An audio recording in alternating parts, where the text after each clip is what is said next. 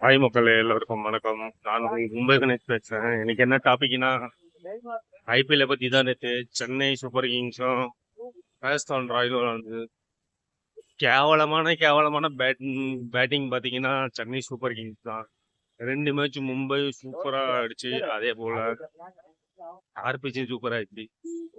படு மோசமான கேவலம் சென்னை டீம் தான். ஓப்பனிங் பட்டு பட்டு பட்டுன்னு விக்கெட்டு போய் கடைசி போலர் நின்று காப்பாத்து 124 ரன் அடிச்சு போலர் ஜெமி ஓவர்டன், அதுவும் தமிழ்நாட்டுக்காரன் கிடையாது, நியூசிலாந்துக்கார பிளேயர். அவன் நின்று அடிச்சு காப்பாத்திருக்கிறான். இதுல வேற பெருமை பெருமை பேச்சு வேற பேசுறது. நாங்க சாயத்து காட்டுவோன்னு. எனக்கு தெரிஞ்சு இந்த வருஷமும் சென்னை ஜெயிக்காது. யாரும் எக்ஸ்பீரியன்ஸ் பிளேயரே கிடையாது, எல்லாம் புது பசங்க. எக்ஸ்பீரியன்ஸ் இருந்தால் தானே கை கொடுக்கும்.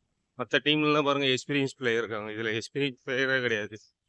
இருக்கிறது ஒரே ஒரு டோனியும் முடியல, போயிட்டாப்புல. 2 வாரம் கழிச்சு தான் வருவார்.